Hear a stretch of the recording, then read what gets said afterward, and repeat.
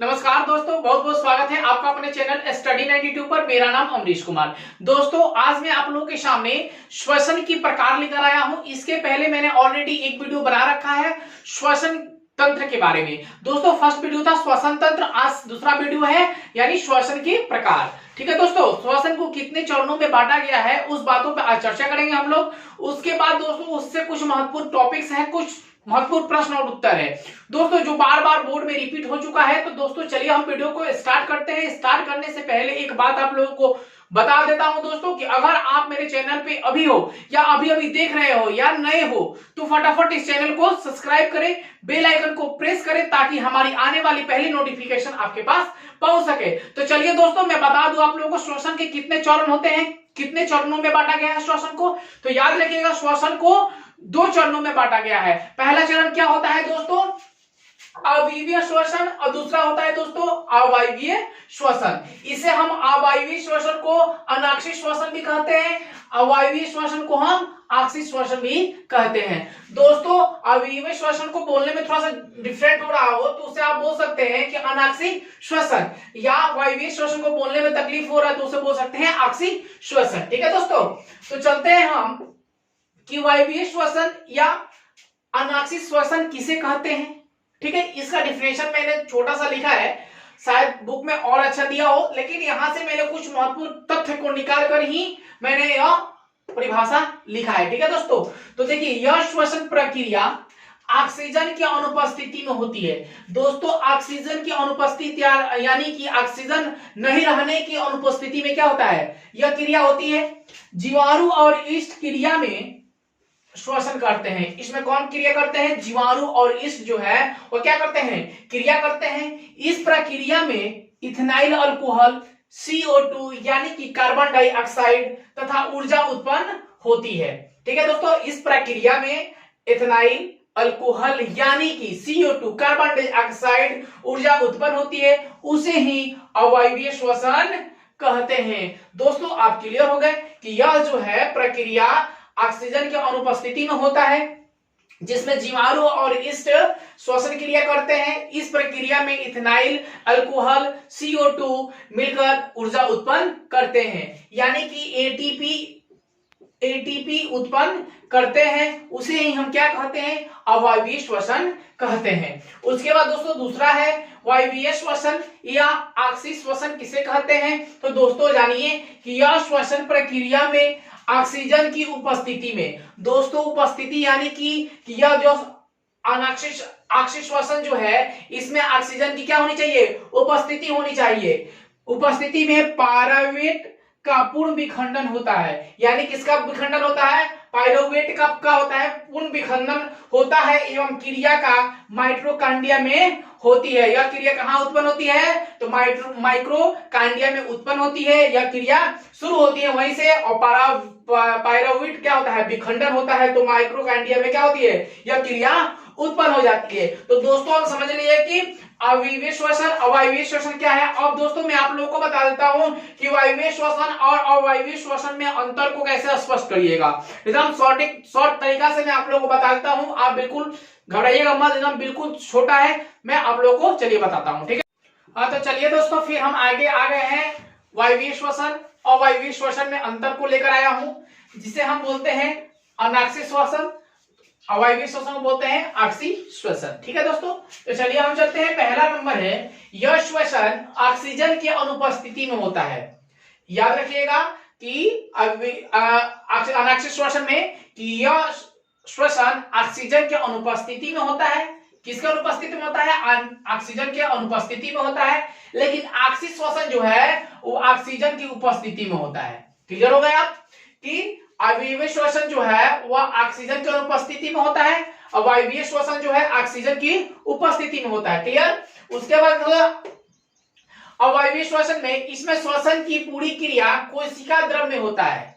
दोस्तों याद रखिएगा कि इसके श्वसन की पूरी क्रिया किसमें होता है, कोशिका द्रव में होती है। इसकी श्वसन की पूरी क्रिया कहां होती है, कोशिका द्रव में होती है। और इसमें क्या होता है वायवीय श्वसन में कि इसके प्रथम चरण में कोशिका द्रव में तथा द्वितीय कांड्रीय चरण में माइट्रो में होता है। कौन सा याद रखिएगा कि कांड्रीय चरण माइटू में होता है। कौन से चरण में? कैम्ब्रिया चरण माइटू में होता है। क्लियर हो गए आप? उसके बाद तीसरा पॉइंट है दोस्तों, इसमें ग्लूकोज का आंशिक ऑक्सीजन होता है।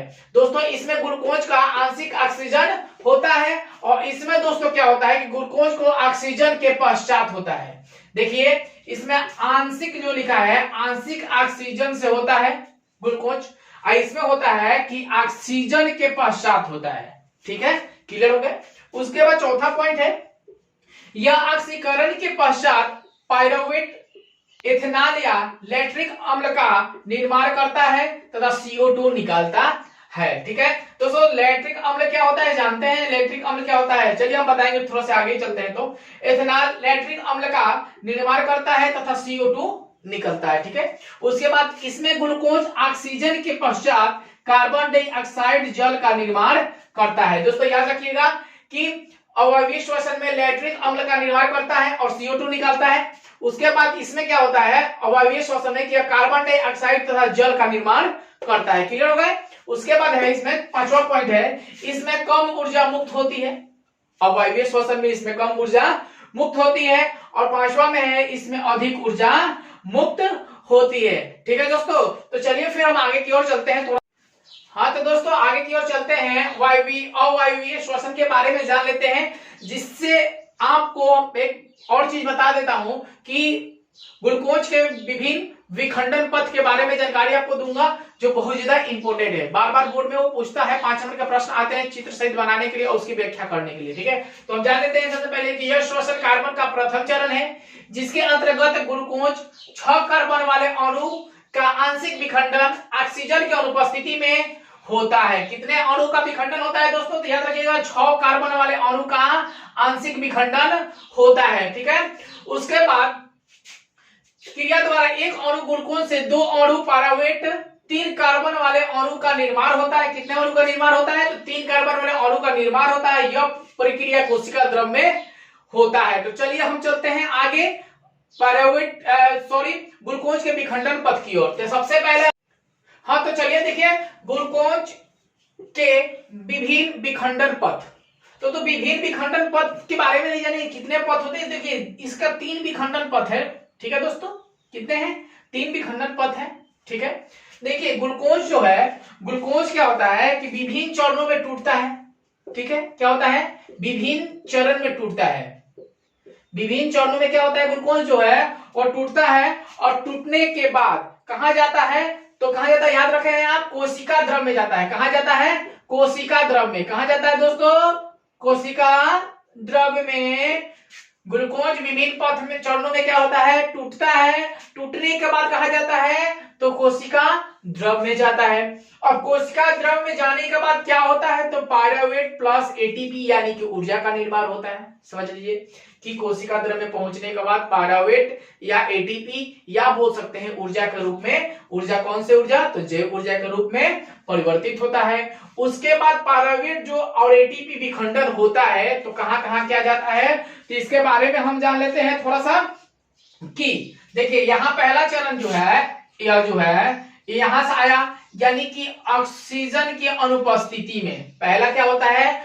ऑक्सीजन की अनुपस्थिति में ईस्ट का निर्माण होता है, जिससे हम इथेनॉल या CO2 यानी कि इसे बोलते हैं कार्बन डाइऑक्साइड के रूप में परिवर्तित होता है। उसके बाद 2 नंबर है मेरा, इसको हम बी मान लेंगे, इस सी इसको मान लेंगे। ठीक है, 2 नंबर में ऑक्सीजन के अभाव में दोस्तों, ऑक्सीजन के अभाव में कहां परिवर्तित होता है? तो पेशी कोशिकाओं में परिवर्तित होता है, जो क्या निर्माण करता है? लैक्टिक अम्ल। लैक्टिक अम्ल में दोस्तों आप लोगों को बताया था कि अत्यधिक आपके शरीर में अगर लैक्टिक अम्ल इकट्ठा हो जाए तो आपके मांसपेशियों में दर्द उत्पन्न हो जाता है। ठीक है, लैक्टिक अम्ल से ही हमारे मांसपेशियों में क्या होता है? दर्द होता है।